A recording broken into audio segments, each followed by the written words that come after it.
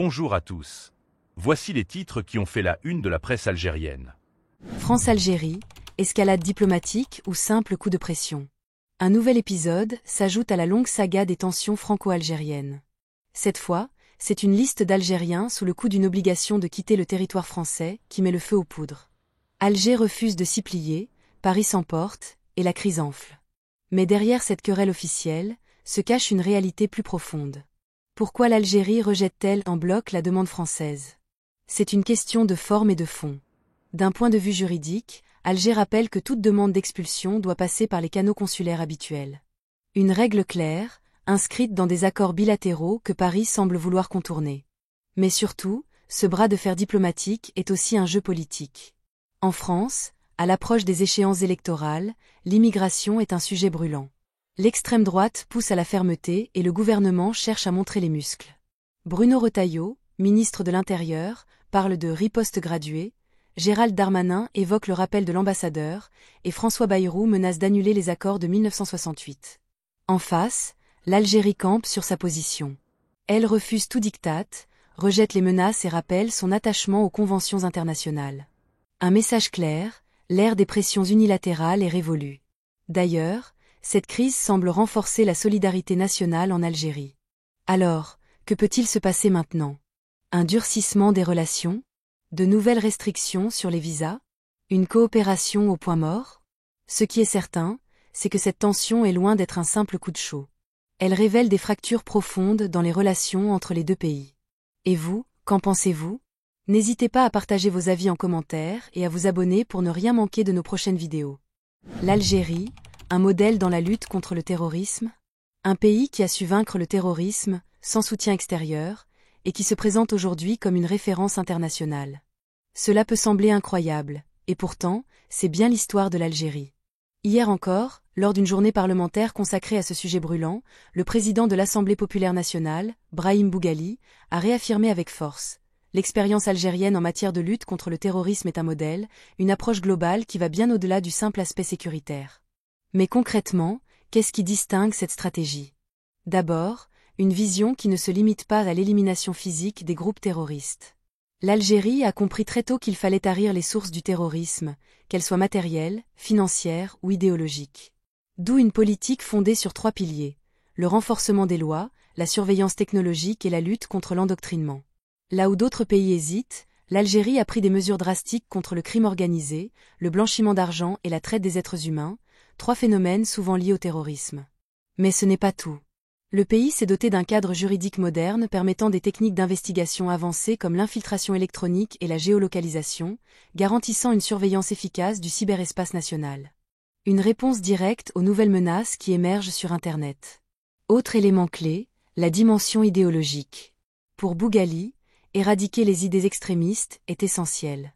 Cela passe par la promotion d'un islam modéré et la consolidation des valeurs de tolérance, afin d'empêcher l'endoctrinement des jeunes. Une stratégie qui porte ses fruits. Aujourd'hui, l'Algérie joue un rôle central en Afrique dans la lutte contre le terrorisme, notamment en soutenant les initiatives de sécurité dans la région du Sahel et du Sahara. Alors, cette expérience est-elle transposable à d'autres nations? L'Algérie a-t-elle trouvé la clé d'une lutte durable contre le terrorisme? N'hésitez pas à partager vos avis en commentaire et à vous abonner pour ne rien manquer de nos prochaines vidéos. Banane en Algérie, entre spéculation et sanctions drastiques. 700 dinars le kilo. Vous avez bien entendu.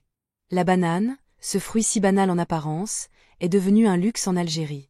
Une flambée des prix qui a mis les autorités en alerte, déclenchant une série de mesures sans précédent contre les importateurs et les spéculateurs. Que s'est-il passé exactement? Qui sont les responsables? Et surtout, quelles seront les conséquences de cette crise? Accrochez-vous, on vous explique tout. Tout a commencé avec une simple constatation: les bananes disparaissent des étals et leur prix explose. En pleine période de Ramadan, où la demande est forte, cette situation a immédiatement attiré l'attention des autorités. Très vite, une commission multisectorielle s'est réunie pour enquêter sur l'origine de ces perturbations. Le verdict est sans appel. 53 importateurs ont manqué à leurs engagements envers l'État, contribuant ainsi à la pénurie et à l'inflation des prix. Conséquence directe, des mesures radicales ont été annoncées. Les contrevenants sont désormais interdits, de manière définitive, d'exercer toute activité d'importation.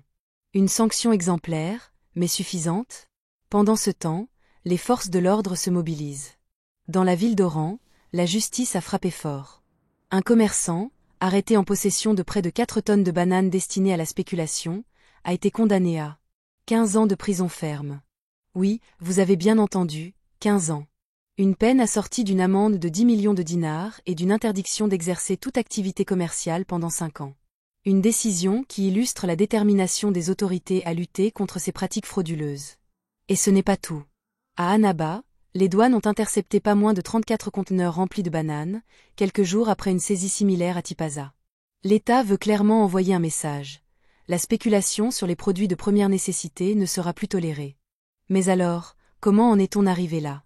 L'Union générale des commerçants et artisans algériens, UCA, a pointé du doigt certains importateurs, les accusant d'avoir volontairement réduit l'offre pour faire grimper les prix.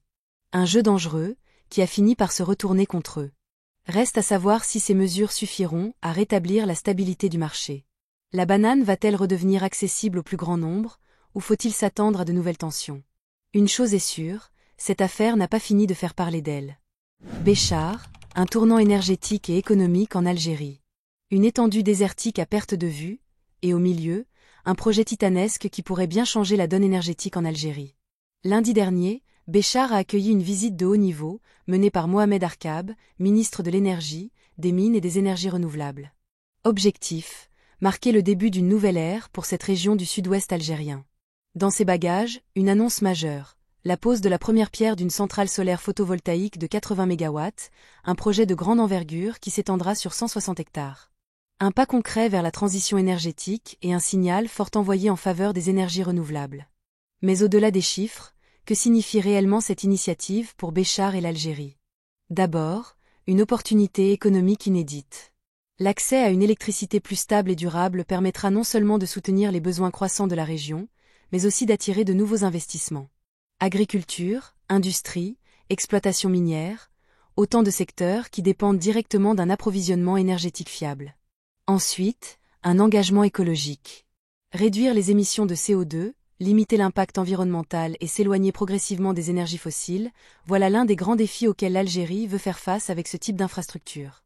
Comme le rappellent les experts, l'énergie solaire est inépuisable, propre et accessible, contrairement aux ressources fossiles dont l'extraction reste coûteuse et polluante. Mais un projet de cette envergure pose aussi des questions. Quels seront les véritables impacts en matière d'emploi local? Si les perspectives sont prometteuses, certains spécialistes soulignent que le développement du solaire dans le sud-ouest algérien est encore récent, rendant difficile toute estimation précise du nombre d'emplois créés. Enfin, il y a la question des ressources minières. Béchar est riche en gisements, mais leur exploitation reste entre les mains des décideurs politiques. L'investissement dans les énergies renouvelables s'accompagnera-t-il d'un essor minier contrôlé et responsable? Une chose est sûre, cette visite ministérielle n'était pas qu'un simple déplacement protocolaire. Elle annonce une transformation en profondeur pour Béchar, et plus largement, pour l'Algérie. Reste à voir si ces ambitions se concrétiseront sur le terrain. C'était l'actualité du jour. Merci de nous avoir écoutés.